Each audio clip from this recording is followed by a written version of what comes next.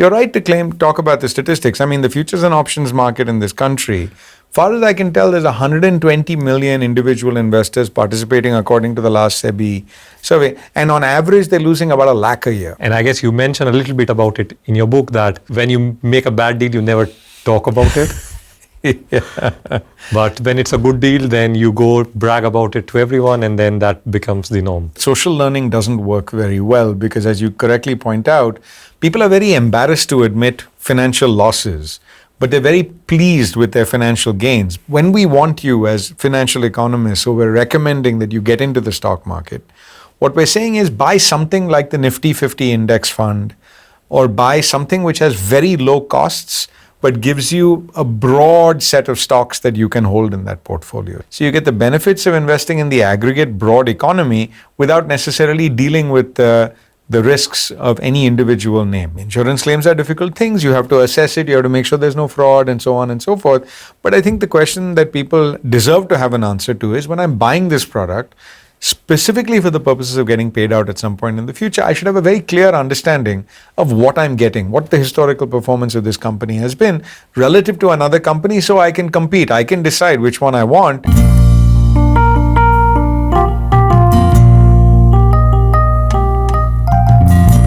Should you buy gold? Should you buy stocks? Or should you buy real estates? Or maybe you should buy all three. Hello everyone, welcome to Arth Niti. I'm Shekhar Tomar. We are talking with Professor Tarun Ramadorai today. He's a professor of finance at Imperial College London. He has been working on personal finance issues for the last 2 decades, and he's going to talk about why personal finance is broken and what we can do about it. Welcome to Arth Niti, Tarun. Let me start with the first question. So, first of all, I'm extremely happy to be talking about this question about personal finance with you. And you have worked with data sets around the world looking at how people make financial decisions. Now, I remember you did a report for the RBI in 2017, the Household Finance Report, or in general parlance, you can say Personal Finance Report. And you raised some interesting flags over there. And it's kind of what you mentioned is that Indians put a lot of their investment or their wealth in real estate and gold. And these are two things that Indians really care about. What's wrong with it? Why do you think it's far away from what the optimal benchmark should be? So, first of all, thanks for having me on the show. It's great to be here at ISB and to answer some of these questions and to have this conversation. So I think there's sort of 2 ways to answer the question about real estate and gold. And I think one way is to ask what comparable countries or countries which have well-developed financial markets generally do. And so you can actually compare the portfolio allocation of the average Indian household to households in places like Germany, the US, and the UK, but also places that might be a little bit more comparable, China, for example, South Africa, and other countries. So we did a fairly comprehensive comparison, and then we controlled for the fact that, of course, in India, the wealth levels and also the ages of various people, that is to say the demographic pyramid in this country is quite different from other places. So the first answer to your question is, if you do that comparison, then India looks very different in terms of its allocation to real estate and to gold, with much higher allocations to both of those asset classes than people in other countries. Now, this might then, you might then say, well, that doesn't. So if you just think in terms of like benchmarking some numbers, so what would be real estate portfolio in, say, US versus India? So, I mean, if you sort of look at the average Indian's balance sheet, there's about 80% of it. And when I say the average Indian's balance sheet, I don't mean you're sort of weighting the wealthy more than you are the poor. I'm just taking a simple cross-sectional average across all people in the household survey. It's about 80% on average. And if you look at countries like the UK or the US or Germany, those numbers are on the order of between 40 and 60%, for example. Okay, and so even China has something like 70% allocation, even though that's a country that has a very high appetite for real estate. So that's one thing. And then the gold holdings are really unusual in India. So you have sort of, on average, again, about 10 to 12% of the total household assets are held in gold. and that fraction is virtually non-existent in the other countries. Now, I think a different way to answer the question is, fine, you have real estate and gold, but what don't you have? Because obviously the shares have to add up to 100%. So the thing that you don't have in India, which you should have, is financial assets, retirement savings, and so on and so forth. So really a different way of answering the question is that the increased allocation to real estate and gold is crowding out allocations to things that we think of as desirable as financial economists, namely financial assets and retirement savings. So if I think a little bit more carefully about it, so I'm sure when you looked at it, you tried to purge out some of the reasons what could explain it. And one thing which comes to my mind is maybe we are just much poorer. And so maybe we should not compare ourselves to what China is doing now. But if you think about China, let's say in early 1990s, right, would that be a fair comparison? Were they similar to us? That's exactly the control we tried to do, which is to say we tried to control for the relative wealth differentials between India and all of these other countries. And what I'm trying to say is that can't explain it. So just the fact that the wealth levels are very different does not explain the very different composition of the portfolio. Okay. And if we think about, at least for the gold, we can say that a lot of it is like handed down in the family. Yes. So you're actually not investing. It's probably the stock of gold. But so this is the troubling fact, which is if I look at 2012, and then if I compare that to the next time we have the All India Debt and Investment Survey, which becomes available about 10 years later, actually you see that the fraction of gold holdings in the portfolio has gone down very little. Actually, it's not gone down a huge amount.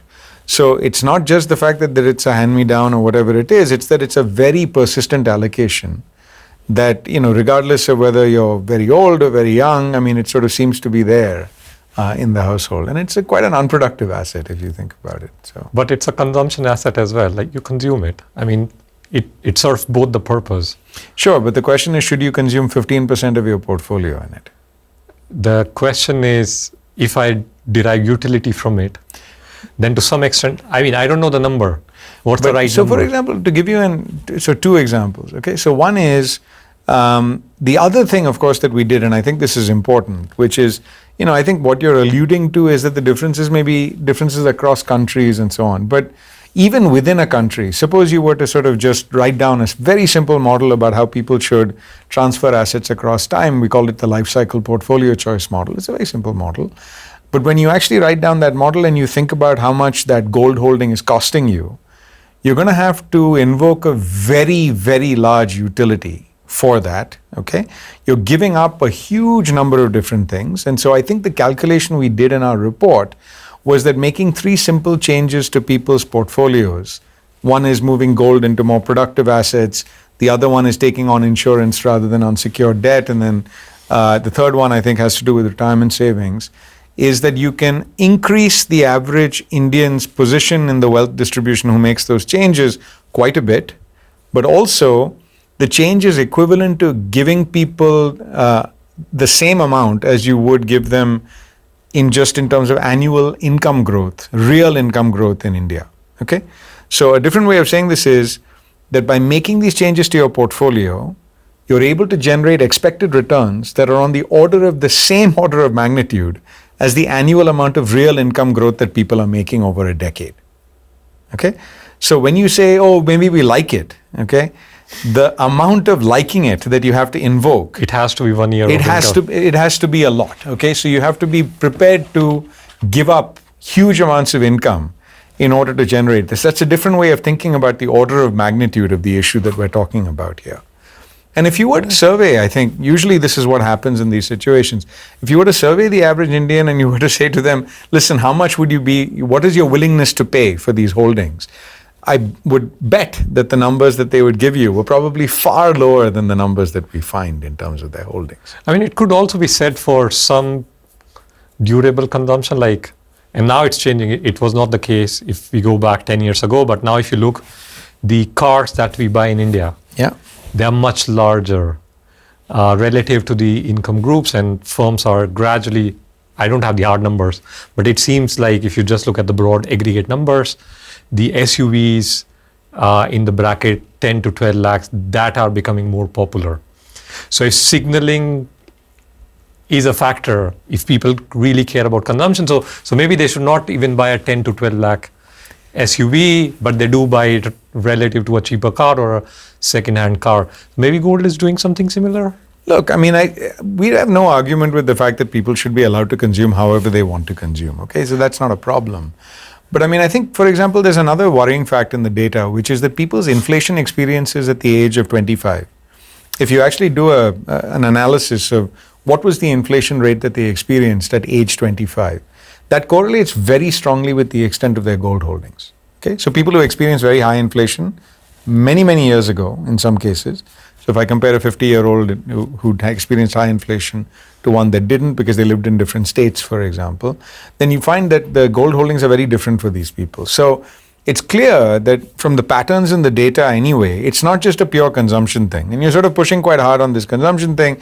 I think you'd like very much potentially to rationalize your own gold holdings or your parents' gold holdings. That's fine. I have no complaints with that and no argument with that.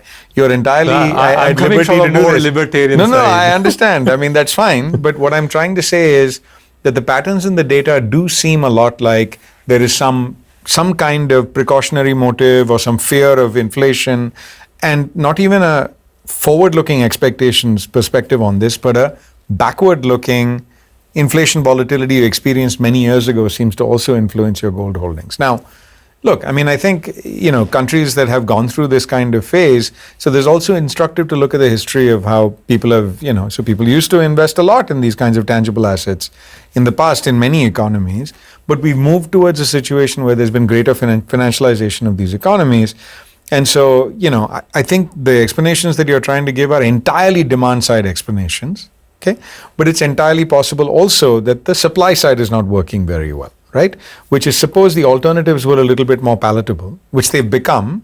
So, for example, we've had more retailization and transparency of the financial markets in this country, and actually that has driven the financial asset share up over the last 10 years. The financial access really matters for people to choose. It does matter, and so we've seen a little bit of a compression in the gold holding as well as a result of that. So in some ways, I think the gold holding and the way we thought about it in the report was a symptom of underlying issues with the financial system rather than a problem in and of itself. Okay? So I don't have the number at the back of my head right now, but what's the percentage differential in terms of returns if you look at gold versus, let's say, stock market in India? Well, I mean, of course, it also depends on the period, okay? Yeah. So, I mean, recently gold has had an unbelievable run, okay? Now, this is, of course, partly there's been a confluence of geopolitical circumstances that have made it a particularly productive asset for a lot of people.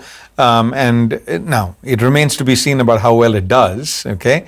Because everything is forward-looking and so on. And there are some questions about what is the intrinsic value of that asset and so on and so forth.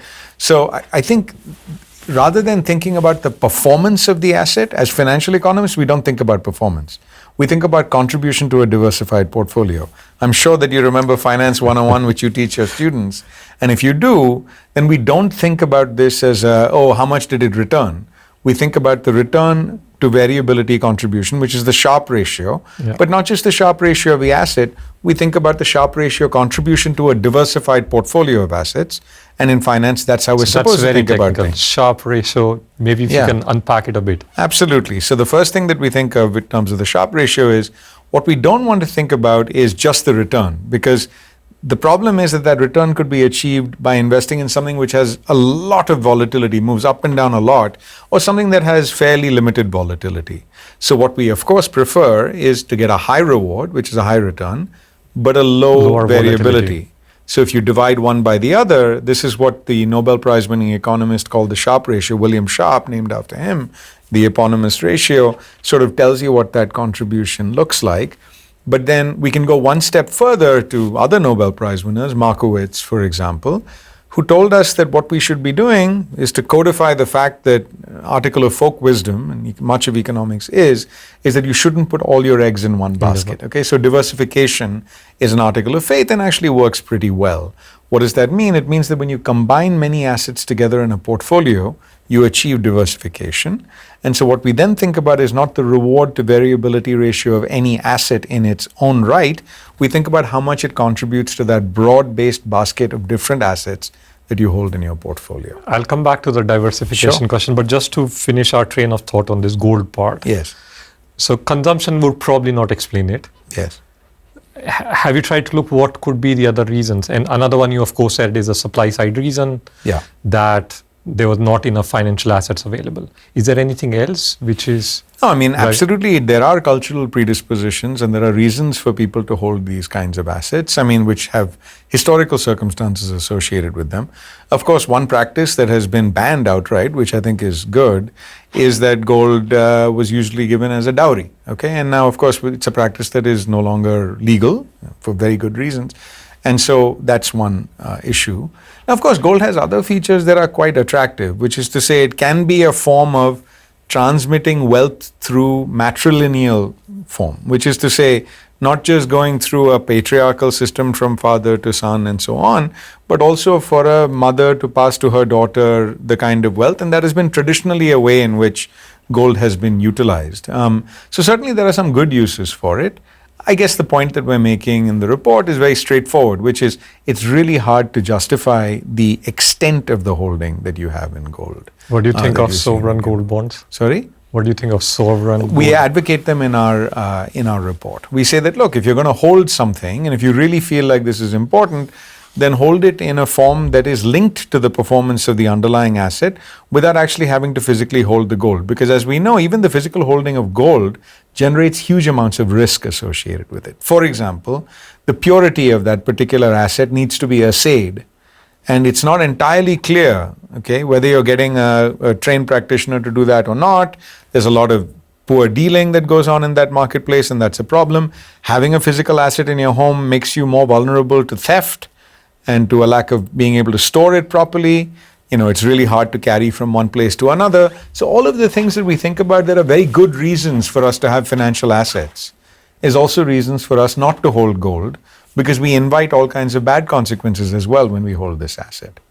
But if you really think from the Bitcoin crowd perspective, if you don't believe the government, then you probably don't want to hold sovereign gold bonds. So here's the interesting thing about the Bitcoin crowd. If you don't believe in the government, that's fine. Do you believe in the Bitcoin? That is to say, do you believe in people who are holding it? And I think this is quite important as well, because in our book, which I hope we'll come to at some stage, what we talk about is that there are many people who find the financial system to be difficult because they've had poor experiences in the financial system, which then generates mistrust in formal institutions of finance or indeed in the government.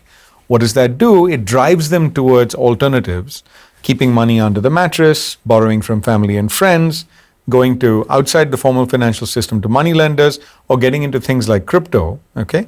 Or gold in India. Or indeed gold in India. And so part of the problem with that kind of approach to finance is that it exposes you to even greater risks, okay? So for example, we've had many crypto scams out there. So the Bitcoin crowd is only fine if you're one of the insiders in the Bitcoin crowd, okay? We think there are many good uses for blockchain technology, but we must separate blockchain technology from the token that your favorite celebrity or your not so favorite celebrity is endorsing, or if influencer is endorsing on YouTube or wherever it is, because you don't know what conflicts of interest are embedded in that endorsement. And that has to be and I guess if you really go to the world is ending story, then maybe you should buy guns and not. The gold is not going to help you at that point of time. You're not going to get me here advocating that anybody should buy guns. I don't think it's a good idea, if you but I really completely believe in agree. the story that, the world is going to end, then even if you have gold, it's not going to be secure. Well, I mean, I'm not sure what the beliefs are that would rationalize this. I'm certainly not comfortable with advocating gun use, but No, it's not about gun use, but the point is that you hold Bitcoins, you don't trust the government. Yeah. You hold gold, you hold other asset classes, which you can use at the end times. Yeah, but I mean, I think the way to think about this is, what are you squandering along the way when you're investing in things like Bitcoin? If you're worried about the fact that financial assets are volatile, Bitcoin is not the best thing that you should be investing in, because the volatility of Bitcoin has been higher than the variance of almost any other asset that you're able to look at historically. I mean, today, and Bitcoin is the least volatile amongst of the tokens, right? So that's right. So it's not clear to me that there's a, it's an article of faith, and you can prove this, that, anybody, no matter how terrified they are, and we call this risk aversion, okay?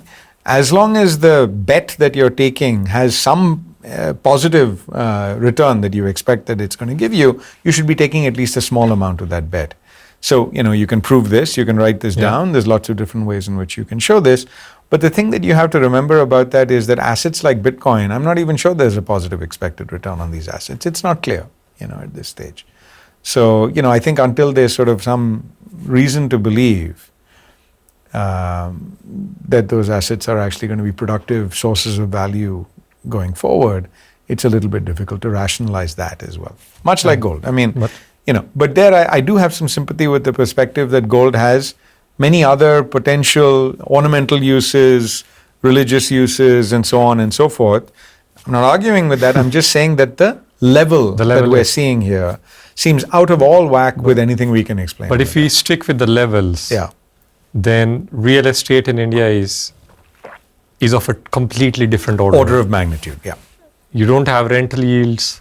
You have very high mortgage rates relative to the rental yields. Yes. What explains that? How bad is the situation on that front? So what's interesting is that you mentioned mortgage rates or home loan rates. I mean, I think one of the things that one should be quite aware of is that if you look at the average household in India, they hold a lot of real estate in their portfolio, but on the other hand, in many other countries, that real estate then can back a loan that you take from the bank, a home loan or a mortgage.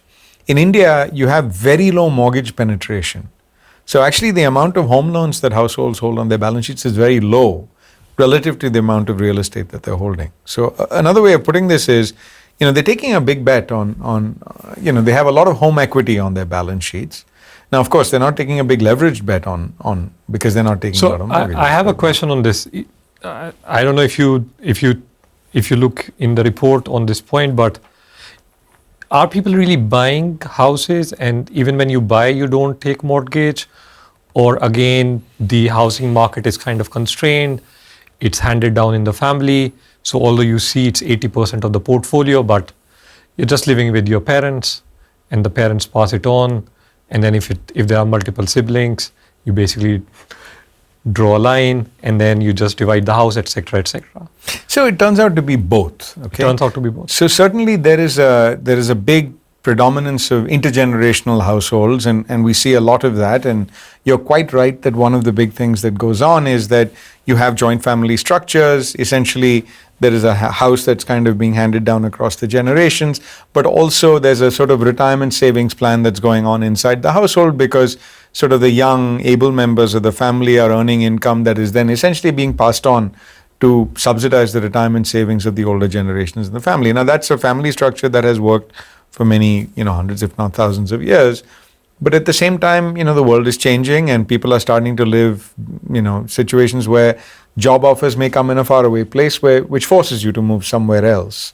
For example, maybe there's a desire to live in a more nuclear family arrangement rather than in a traditional joint family arrangement. And so I think we're seeing more and more of those kinds of things happening. So there is more of a demand for real estate as well, because apart from the traditional notions that you've been talking about, there also does seem to be a sort of, if you talk to a lot of Indians, if you do surveys, and if you sort of understand there does seem to be a fairly pronounced preference for tangible assets. So there it does seem to be a dream of owning a house. There are even lots of great movies about this.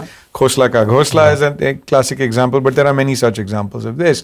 So it taps into a sort of a deeper need for security, however you want to think about that. And so how should we think of it if we are thinking about, let's say, a big city like Delhi or Bombay? Right. I think we can only compare to China when it comes to relative to your income, how much you have to pay for the house. It's one of the highest in the world, probably, except New York or like some of the very largest cities. Right. In US, the cost is exponentially large in India. Yeah, I mean, you're absolutely right that it is sort of very high. I mean, the real estate costs are very high.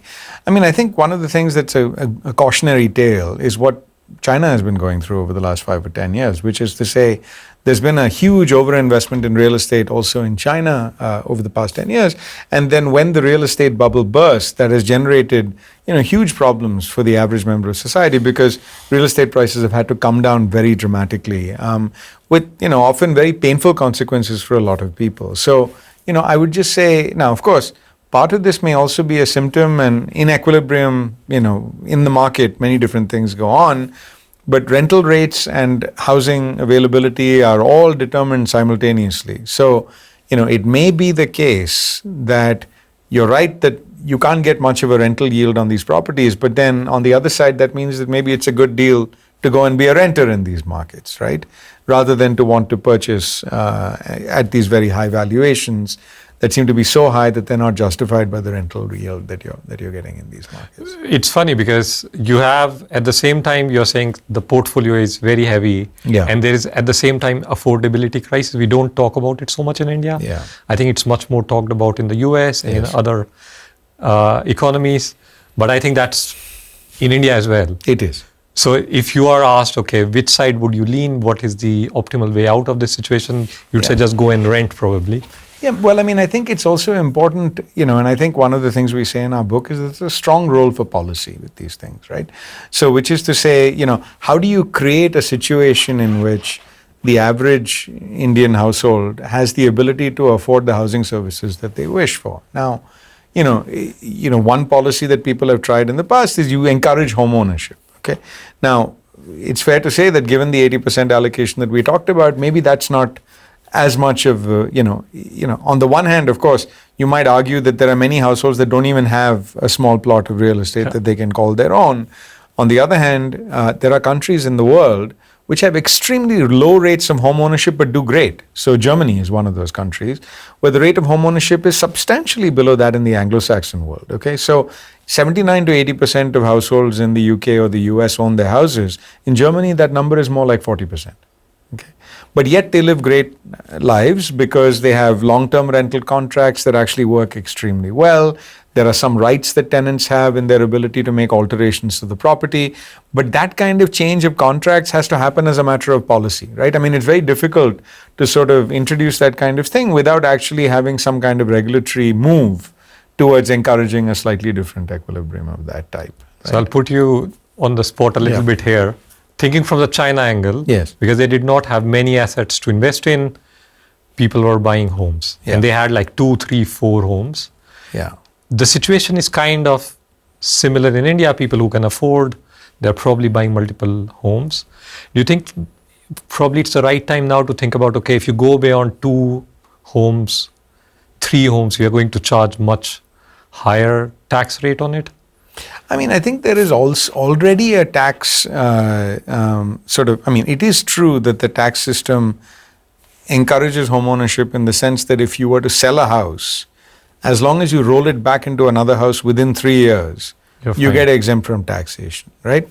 Now, in most countries around the world, they have what's called a principal private residence exemption, which is to say that you're exempt from capital gains tax as long as it's one house and it's your primary residence. But any second house or third house or any of those kinds of things, they then do get subject when you buy and sell them to capital gains tax, just like any other asset.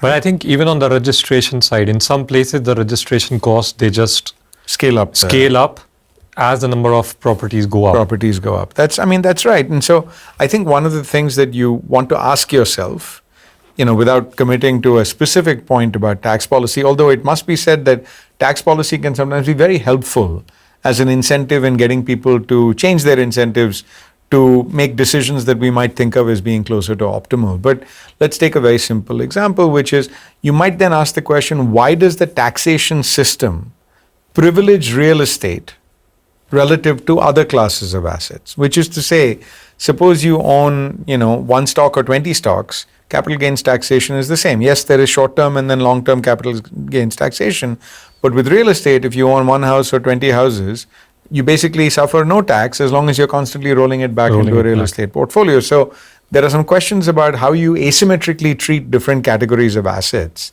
and whether that is making an effect or having an effect on the way that, people's holdings operate. And clearly government incentives are very powerful incentives. So that's true. So just to close discussion on India, yes, for gold, we kind of came to a conclusion why Indians like gold. Maybe not completely, we did not. Why about housing? Yeah. So, let me just point out that again, it's a quantitative question, right? You can always come up with reasons for why gold matters. But I think the quantitative question is how much? How much? And that's always the question that we want to ask. We're not saying that people shouldn't have certain things, right? I mean, people should do whatever they want. However, the question is how much, and if they were told the consequences of that action, would they make the same decision with full information about what that entailed, about what they were giving up? Okay? And I think the same question can be asked about real estate. There's nothing inherently wrong with wanting home ownership. In fact, there are lots of good reasons to believe that home ownership can be valuable. For example, I've done some research using a housing lottery in Brazil, okay, which shows that when people are given houses early rather than late, it actually really helps them with family formation. And so the number of children that they have over their lifetime is substantially greater when they have a house versus not having a house. So there are good reasons to believe that having a house confers a security on you that then generates positive outcomes. We care about demographics. Like fertility, it's a big common issue right now. So there are lots of good reasons for wanting a house, right? But I think the question that we have to ask is, if you have a house, that's fine. Should you have 85, 90, 100% of your portfolio in housing and not invest in any of the other assets? I guess the question then comes down to how much money are you leaving on the table by doing that? And can you be more prosperous by doing what economists would suggest and diversifying your portfolio, right? The other thing about real estate that I think is very important that people don't necessarily recognize, huge hidden costs, okay? So it's like you think that the carry cost of housing is zero, but of course it isn't, because there are renovations, there's a whole set of licensing that you have to go into should you wish to rent it. Everything breaks down. Everything breaks down, there's maintenance costs and charges. And so if we were to make all of those costs transparent, the real rate of return on housing would seem lower than it does seem like in terms of perception to many people. So I think it's important to sort of also have this sense of exactly what we are trying to get people to But I guess in India you have that one family friend who made all the money in real estate. Right. Like one positive example, and I guess you mentioned a little bit about it in your book, that when you make a bad deal, you never talk about it. Yeah. But when it's a good deal, then you go brag about it to everyone, and then that becomes the norm. Unfortunately, that is the problem, which is that social learning doesn't work very well because, as you correctly point out, people are very embarrassed to admit financial losses, but they're very pleased with their financial gains, because I think there's also this real problem of attribution. I mean, human beings tend to think that when good things happen, it's because they are skillful, and when bad things happen, it's because of bad luck. And so they would like to demonstrate their skill to people but not discuss their bad luck with people. And the truth is that luck accounts for much more than skill in most of these things, because it's very hard to predict what the rates of return on different assets are going to be because they're so volatile. And so this is precisely correct, which is that there is a temptation to speak about things in a very censored fashion. People will tell you the good stories, but they won't tell you the bad stories. This inhibits social learning. The other thing is, of course, all of us together are experiencing common variations in all kinds of markets. And so that can create problems as well, which is it's very difficult for us to disentangle who's done well and who's done badly when all of us are suffering from a common shock, right? It's like those Instagram pictures. All of them are good. Absolutely. Every Instagram picture you look at has got, and in fact, most of them are trying to sell you something as well, right? So you have to be very careful about these kinds of These days, they are trying to sell you stocks. So coming to the third part then. Right. So maybe Indians are holding too much gold, too much real estate. Now let's come to stocks. Yeah. And it seems like post-COVID, there's a big craze. I guess you would recommend that we should move towards stocks. But again, over there, this information is out there in the public that more than 90% of the retail traders lose money. Yeah. I think SEBI came out with, I don't have the precise numbers, but it was upwards of 90%. Yeah. But even over there, people hide this information. So, Shekhar, you're 100% correct about this. I think the way to think about this is that, look, most of us financial economists would recommend that people participate in the stock market, right?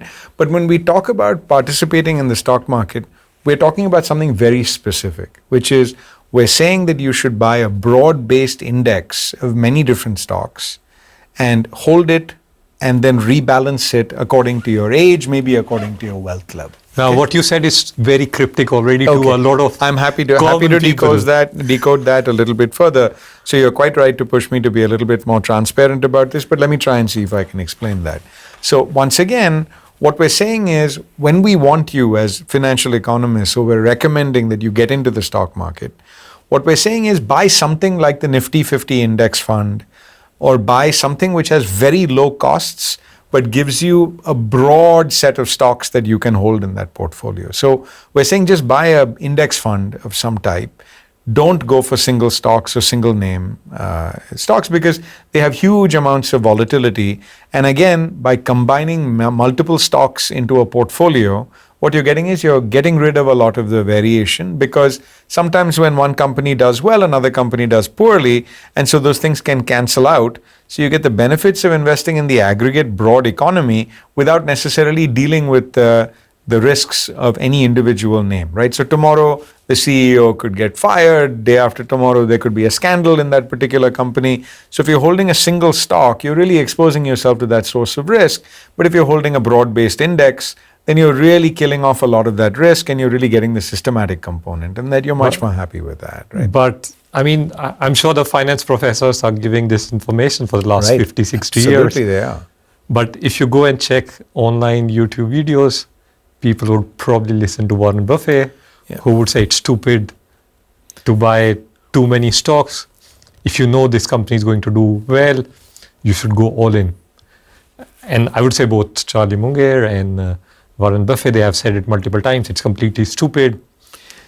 So who should the common person listen to? So I'm not sure that that's a reasonable interpretation about what Warren Buffett and Charlie Munger are saying. Okay, what they're saying is, and if you listen to them, I don't think Warren Buffett is recommending that the average individual investor go out there and buy single names. Not single. I mean, but they are saying more like, maybe you figure out 5, 6 companies and then you invest in those. Again, I'm not clear that that's what they're claiming that you should do. I mean, that may be Berkshire Hathaway's investment strategy. But in fact, if you look at Berkshire Hathaway's investment strategy, most of what you see is things that finance professors would recommend, which is you buy stocks that have very high book value relative to market value, that you invest in stocks that are small. So those fundamentals, of course, they talk about. Absolutely. And I think in some ways that's something that financial economists talk about all the time.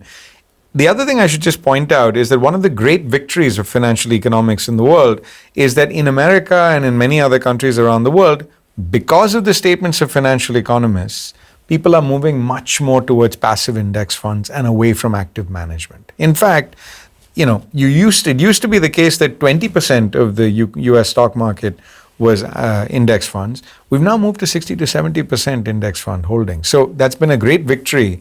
And actually the costs have come down very dramatically. So companies like Vanguard have been adopting this for years now, and they are providing very low cost products that are broad-based diversified indexes of the type that I'm telling you. So in fact, that's one of the victories I would claim for finance professors.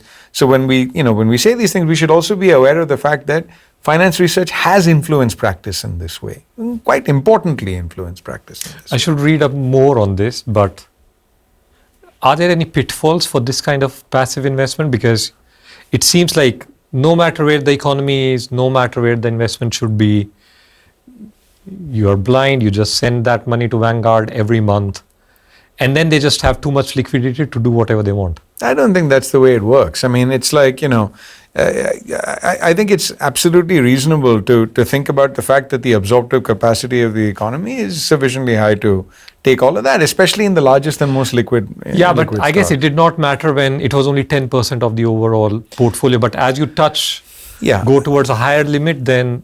So, I mean, I think some of these messages, it's sort of, you can get into the subtleties of these things, but for the audience that is watching this particular show, I think what we'd like to communicate is that actually to a first approximation, just investing in a broad-based index is far better than anything. Given where we are in India. Far better than anything that you could be doing as a single stock retail investor. And you're right to talk about the statistics. I mean, the futures and options market in this country, far as I can tell, there's 120 million individual investors participating according to the last SEBI survey. And on average, they're losing about $1 lakh a year. Okay, that's the statistic. by participating in the futures and options So just to be clear, so stocks are already risky if you invest in one stock at a time. Yes. And now you're talking about like another product, futures and options, Yes. which takes a bit of effort to understand how they actually work. Yes. And you're saying people are investing in those in India. There's 120 million individual retail investors investing in futures. It's the largest market in the world. It is the largest market in terms of the notional. Absolutely. So in some years, over $1 trillion gets traded in that market. So what's going on? Look, I mean, I think there's a real question mark about, as you say, what's been happening. Now, look, I think some of this is tapping into this sort of idea that there's a fast way to succeed. Okay. I think one of the other messages that I think it's really important for people to understand, and I think this is very, very difficult for people to comprehend, although maybe a little easier after COVID. Okay. So if you remember during COVID, they would claim these very small numbers. You say cases are growing at 4% per day. Okay. And then you would think that's kind of a small number. But then if you're growing at 4% per day and you repeatedly multiply 4%, you're getting to extremely large numbers very quickly, because that's what exponential growth is. It's repeated multiplication of small numbers. Okay. So if I tell you that this strategy on average with very low volatility is going to give you 2% more per year, that doesn't seem like a large number unless you compound that number over 20 years. So the way to gain wealth is to invest in something that is doing a little bit better every day, and you hold that for a long period of time, and that's the power of compounding, right? And I think people have sort of gotten into the habit of thinking, well, I just want to be rich tomorrow. Well, that's not really, you could, but you could also lose everything that you've put into the market tomorrow. And I think that's and the numbers show that you probably lose everything. Right. I mean, and this is what I was just saying, which is that the average loss, I think they estimated on average for these traders, retail investors, is about a lakh a year on average. So SEBI should intervene? SEBI is already starting to intervene in some of these matters. I mean, there are these various things that are going on about, because the thing that you always have to ask yourself is who's on the other side of the transaction. And so I think this is another thing that is really important, which is, when you don't know very much about the market and you're in there, okay, and you lose, it's because somebody else is winning. That's the iron law of active investment, which is, if you're doing poorly, somebody else is doing well, okay? Because we can't all beat the index at the same time. We are the index. It's almost like poker. If you play online poker, you may be bad, and the good players are just making money out of you. Well, that's basically right. So what's the way to get out of this? It's to buy every poker game there is, which is right. So you buy lots and lots of stocks, and then you just hang on to those things, and then you become the house, right? And that's essentially the game that you can make. So I'm coming to, I'll go towards your book, but before I go there, you have been working on this topic for a very long period of time. Yeah. How did you start working on this? So I started out working on international finance actually when I first graduated with my PhD. That was my main topic of interest. And the reason that I was so interested in international finance is because I grew up during the time that India was going through its liberalization phase. And it was very interesting to me that there were these, big movements of capital going in and out. And then, of course, the Asian financial crisis had happened as well. And so there were lots of very interesting questions about how different types of investors were interacting with each other. In fact, those questions were about, do foreign investors do better than domestic investors, or do domestic investors do better than foreign investors? And so as you're sort of starting to think about the details of what types of investors do better, then you very naturally get into the questions of what should people be doing with their money when they're getting into the market, whether they're a domestic investor or a foreign investor. And so you get a little bit further away from kind of just documenting what people are getting, and then you start slowly thinking about what people should be doing. Okay, so there's in the language of economists, one is a positive study of the market, which is just looking at it and describing it. And the other one is a normative analysis, which is what should people be doing. Now, as soon as you start looking at that, you realize that it's really interesting, because it's not just about the stock market, and it's not just about gold, and it's not just about real estate. It's about the whole household balance sheet, okay, which is all of the things that we hold, but all of the ways that we finance that holding. How much credit do we take? What type of credit do we take? Do we take home loans, and so on and so forth? And increasingly, there's been an explosion of really good detailed data that we can use to analyze people's choices. And then we also have very nice, interesting models, very useful models that can give us a better answer to the question of what should people be doing. So if you add all of that up, that's been the natural evolution for me. And it's been, a really fun thing for me to be working on for the last now 15 years or so, I'd say. So. And that has culminated into your recent book, which is called Fixed. Right. Absolutely. So first of all, congrats for the this publication of this book. Thank you. And then I read through it, so maybe we'll deep dive a little bit into Absolutely. it, going away from the Indian market a little bit. Yeah. Because here you're talking more globally about the kind of products which are evolving Yes. over the period of time. And I think a kind of synthesis of your work, and which you try to put in the first part of the book, is personal finance is tough. Mm-hmm. Based on the kind of products which are available out there, it makes it difficult for the households to participate. Yes. What are the main problems that households face when they make these decisions? I think you're absolutely right, and that's a good characterization of what we're saying in our book. I mean, I think the way you want to think about that particular first part of the book is that, human intuition can be easily applied in lots of situations, okay? So, we really rely on our intuition when we're meeting friends or when we're, making certain types of decisions. But our human intuition is really quite insufficient when it comes to financial decisions in particular. Why? Because financial decisions involve two different things that make it quite hard, okay? So the first thing is we're constantly trading off what we are going to do today with the outcome of our decisions today many years in the future.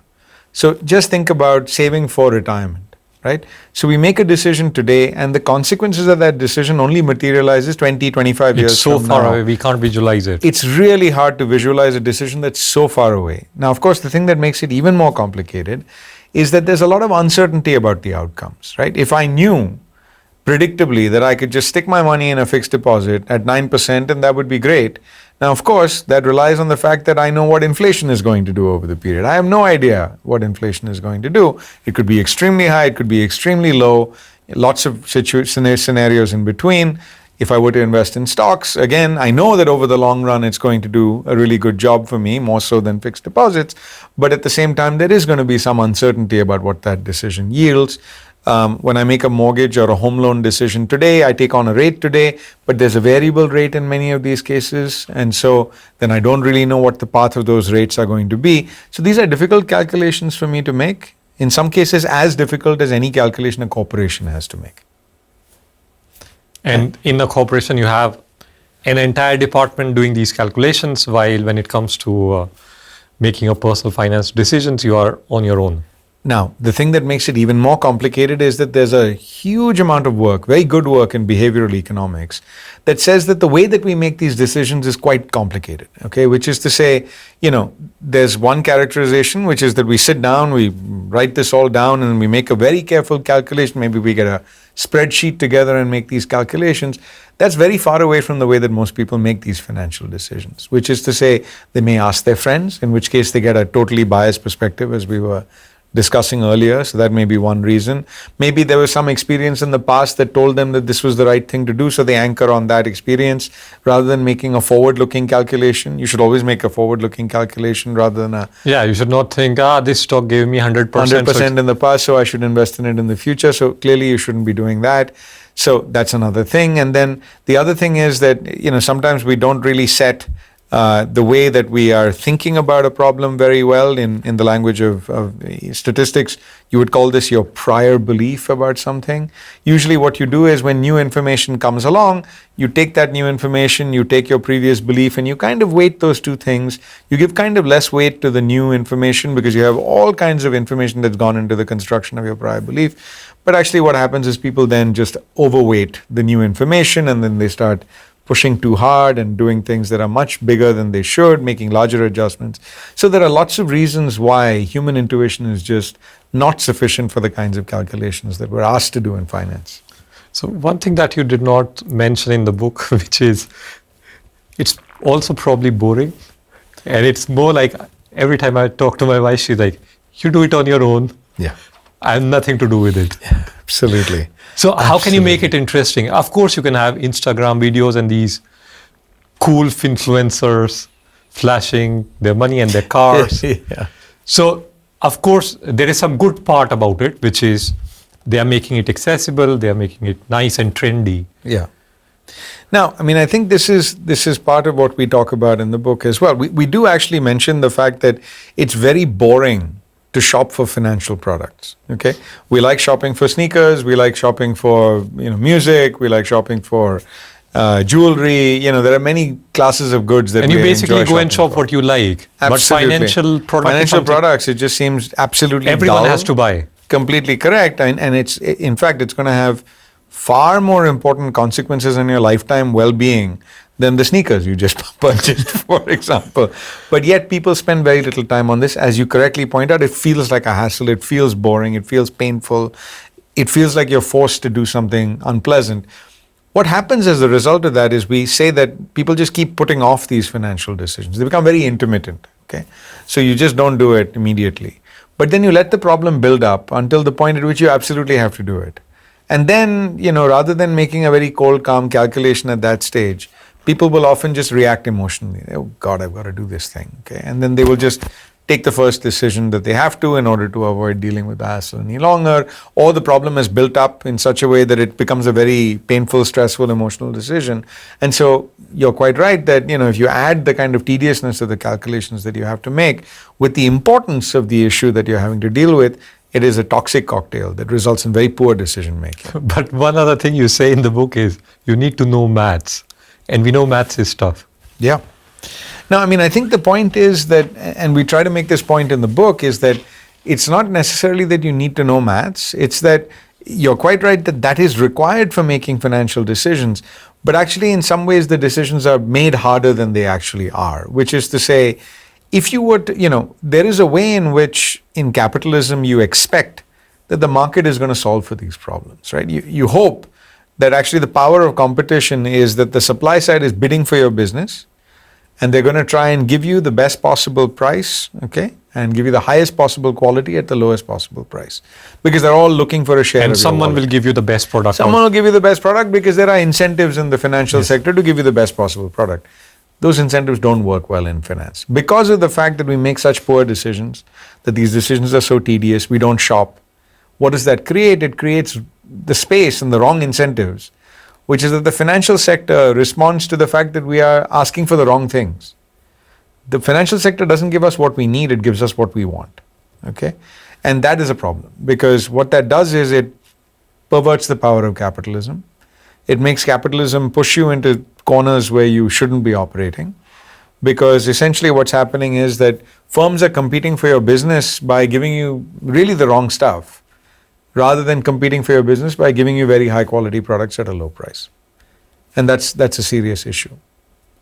And while thinking about it, there's also like another interesting anecdote you gave. These Harvard professors are sitting and they are just debating which insurance to buy. And they can't decide. Mm-hmm. And so it's very interesting to think, you think these are the smartest people probably in the room. Is it a problem because all products are bad, or it's even complicated for them to arrive at a conclusion? Absolutely. I think you're talking about the fact that there are these insurance plans that they were looking at in the faculty meeting. I think my co-author refers to that as something that he encountered personally. And it is true, which is that even extremely bright people sometimes struggle with the details of these calculations. And so, if even highly educated professionals of this type are struggling with basic financial decisions of this nature, then it tells you something about the fact that it's not about education, because you can have as much education as you want, but the financial sector can increase the amount of complexity in the decision to the point at which even the most educated person would struggle to do the calculation appropriately. But is it a problem for the US? Because I've heard this health insurance problem in the US. It's too complicated. There are too many plans to look at. You have to figure out what your situation is. It's not everyone just goes in and is insured and then that's the end of it. Right? Is it just the US or it's everywhere? Oh no. I mean, it's certainly here in India, but it's also everywhere. I mean, it really is. I mean, our book takes an international perspective, and we open the book with a few stories from the US, but we have a story from the UK, we have a story from India. There's lots of stories where ordinary people are really struggling with the complexity of the financial system, across multiple types, okay, and across multiple products, across multiple geographies. It is not a problem that is restricted to any given geography. But is there some example to follow? I guess I'm going very specific over here, but it seems like the Indian model is following the US one, at least on the insurance side. I mean, I can give you a simple example. There was a very famous scandal in this country called the ULIP scandal, where you had unit-linked insurance plans.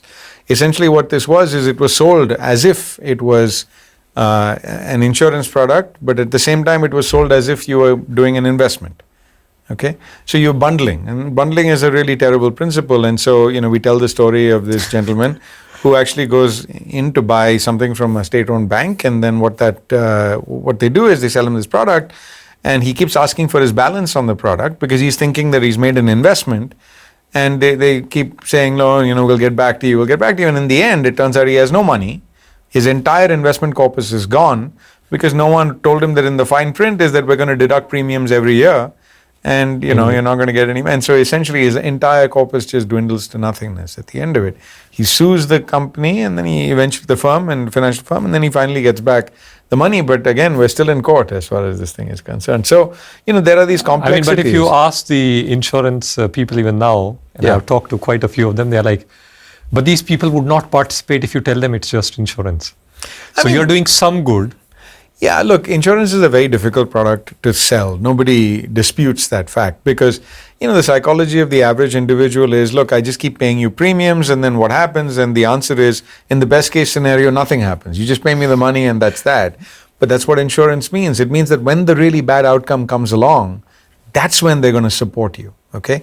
That's when they're going to come through with the big payday and so on and so forth. Now, of course, that assumes that they're going to pay out on the claims appropriately. I have some work showing that, sometimes they will delay on those claims.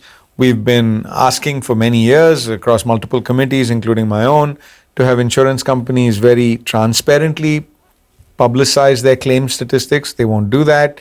The other point, of course, is... So just sticking on this, your household finance report specifically mentioned this part. Oh, yeah. And is this the big ticket item which is still not resolved? It's one of the big ticket items that's still not resolved, probably the biggest one, to be fair. In fact, that's right. I mean, I would say that many other committees have recommended this.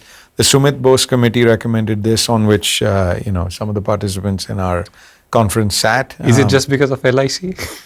Look, I don't know the answer to these questions. I mean, what I do know is that we're just looking for a very simple, when people are buying an insurance policy, they should have an understanding of, if I make a claim, what percentage of previous claims over what period of time were resolved, how quickly was the resolution, what fraction of the total corpus that people claimed for did they get paid, and so on and so forth. Now, of course, insurance claims are difficult things. You have to assess it, you have to make sure there's no fraud, and so on and so forth. But I think the question that people deserve to have an answer to is, when I'm buying this product, specifically for the purposes of getting paid out at some point in the future, I should have a very clear understanding of what I'm getting, what the historical performance of this company has been relative to another company, so I can compete. I can decide which one I want based on the historical performance. But if you go through the intermediaries, isn't there a way to back out this number now? No, it's actually no, because they should be, we're just asking for this to be published in a very transparent, machine-readable format, right? So that, when at the point at which you make the decision,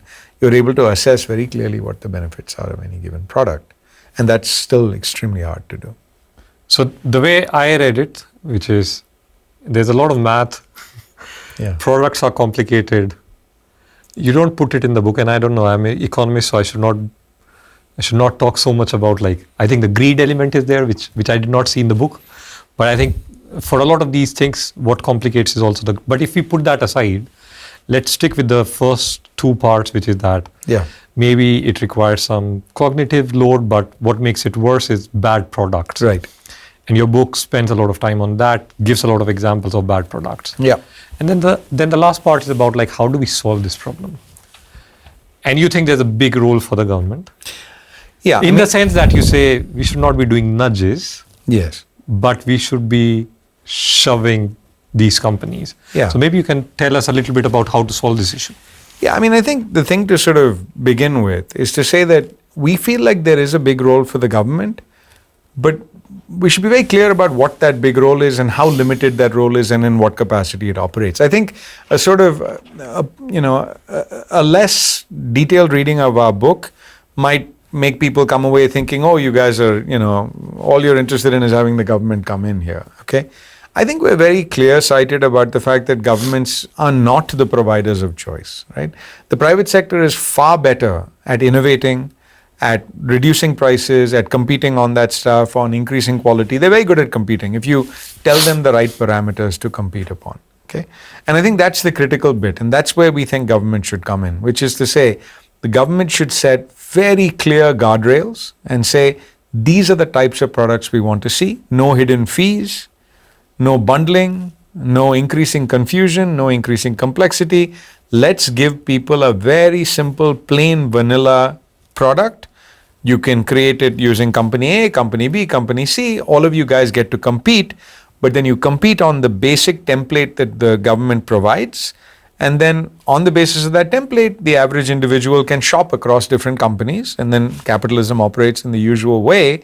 But you've now set these restrictions on, you can't just add a bunch of hidden features, you can't trip people up with some fine print, you can't, find a way to obfuscate and then throw something in there that they don't know about. And so if you're able to clear away some of that undergrowth, you can really have, the market So if flourish. you can give like one example of this. Sure. So, I can give you a couple. One very simple example is, we tend to believe that bank accounts don't charge any interest, okay? Don't charge any fees, right? Because transaction accounts mostly are free. Now, we think that that is free, but it's not free. It's actually got a hidden cost.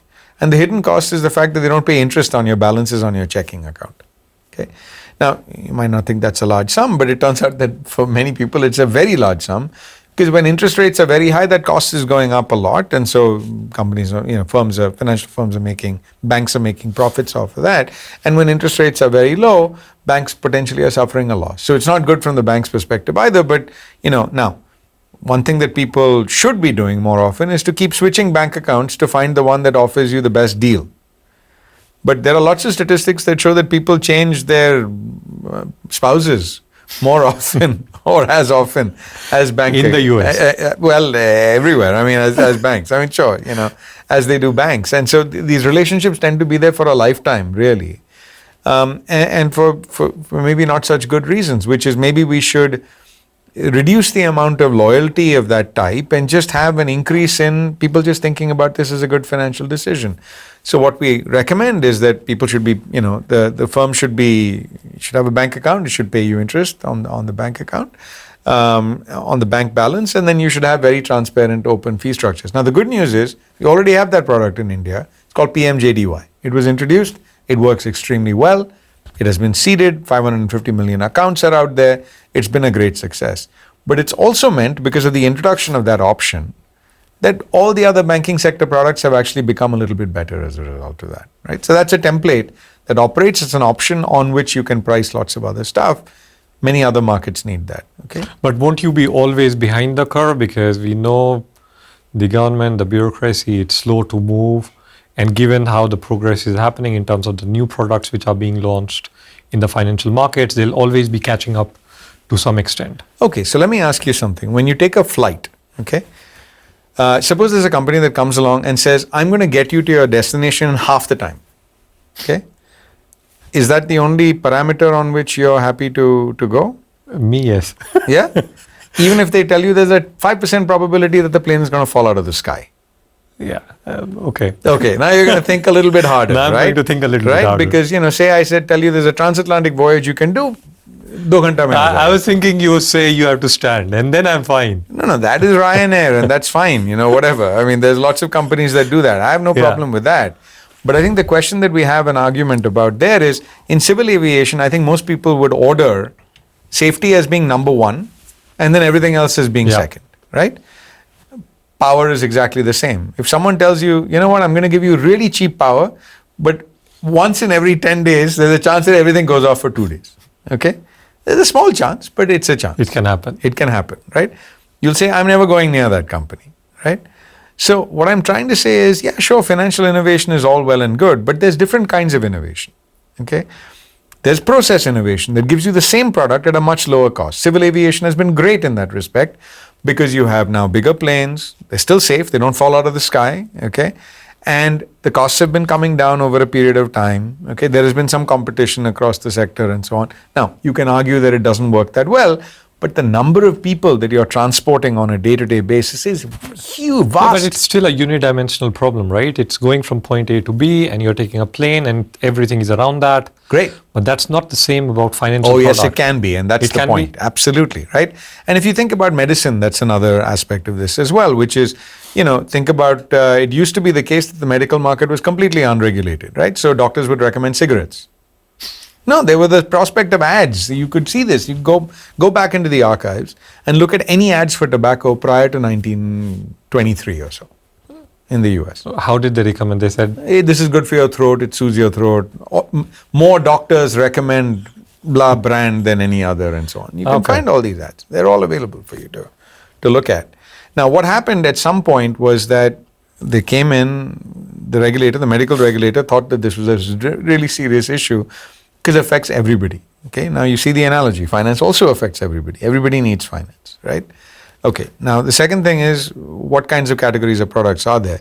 There are some products that are so specialized that only a doctor can prescribe those products. But there's a whole set of other products where you walk into a shop, okay, a pharmacy or whatever it is, you ask for 2 of them, okay, or you look at the bottles and there are various bottles. You know that there's ibuprofen or there is, Panadol or whatever you want to look at. And then you have these different things and they have a recommended dosage. If you take 2, you can take 2. If you have a headache, everything is fine. There's some recommended limit on the amount of things. You can buy the branded version or you can buy the generic version. One comes at a lower cost. If you want the branded version, I don't know why anyone would want the branded version, but okay, then you can pay a little bit extra for it and so on and so forth. Now that's a great victory because that's a really simple product. Okay, it does what it says on the tin. You can get exactly what you want from it. And then if you need a more specialized solution, you can always get that more specialized solution. So you're saying for some of the basic things like health insurance or life insurance or just banking services or stocks, there could be those specialized products which have some template given by the government. Right. And then after that, people are going to learn how to shop across these products, right? Already you see medical companies pharmaceuticals manufacturers are competing on these sorts of things, and that's great. There's a certification scheme. It works extremely well. We see no reason why that shouldn't be the operative way of doing things for categories of things that are so critically important to the average lives of individuals, the lives of the average individual, that you can do that.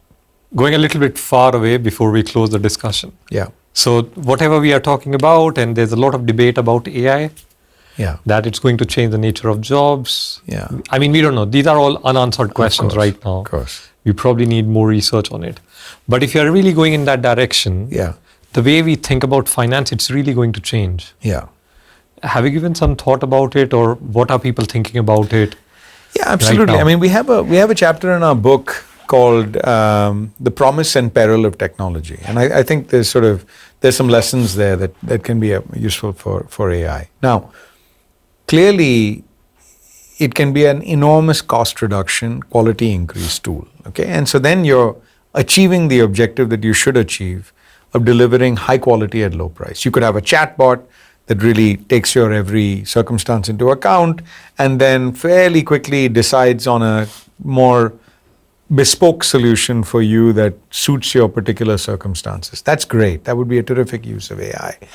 However, unless there is some regulation about that, it can also be a way for companies to just take your data and then maybe they use your data to figure out that you're not a person who shops very much, and then they charge you a high markup on the product, and then you can just automate that, and then suddenly technology becomes a force for evil rather than a force for good. So our point is that you can absolutely use AI and other such technologies to deliver much better solutions for people. But whether we go in that direction or in the other direction really depends on the pre-existing regulation and whether you're able to regulate appropriately in such a way that you channel the power of this new innovation to deliver the best outcomes for individuals. Okay? So a lot of this depends on the regulatory environment and whether that is fit for purpose with the new technology. But we don't know how the AI is going to develop. And so again, the bureaucratic part comes in that you're going to be one step behind. No, but I think the way to think about this is we have something much more powerful than AI. We have a knowledge of finance. We know what people want. We know what outcomes we're looking to achieve. We know that there's a life cycle that they have to finance various needs for. They have to finance education, perhaps, for the children that they have in the household. There's a retirement savings component. There's an emergency savings component. There's an insurance component. There's a savings piece. We know how these things work. We have decades of really, really careful, quite well worked out finance theory about what people should be trying to do. Now, what should AI be doing in that situation? It maybe comes in and then starts to help us achieve those goals more efficiently than we are currently achieving them. It doesn't necessarily mean that we then produce new categories of products that may or may not be, in a form that we should be purchasing, right? So we should be harnessing the innovation to serve our needs rather than the other way around. We should be the master rather than the servant of these new technologies. And I think that's all we're saying in the book. Last question. What big ticket reform, if you have to suggest for India at this stage? I mean, look, I think there's lots of, I will restrict myself to the domain of financial services.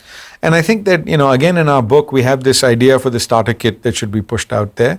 And we really feel like that's something that we'd like very much for many countries, not just for India, but other countries also to adopt.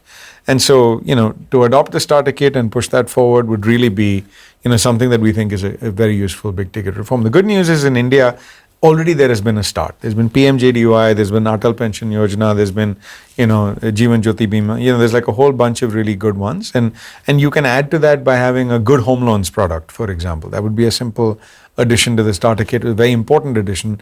Then you could have a retirement savings plan that cuts across all retirement accounts that you have and can be portable. So there's many innovations of that type, all of which are contained in the last chapter of our book, which is in the starter kit, and also in the RBI report that we produce. So I would love to see some of those implemented, actually. It was a pleasure talking to you, Tarun. Thank you very much. Thank you so much Likewise. for taking our time, and especially taking our time to work on India so that we can understand how Indians take financial decisions. Wonderful. Thank you so much, Shekhar, for inviting me. Take care.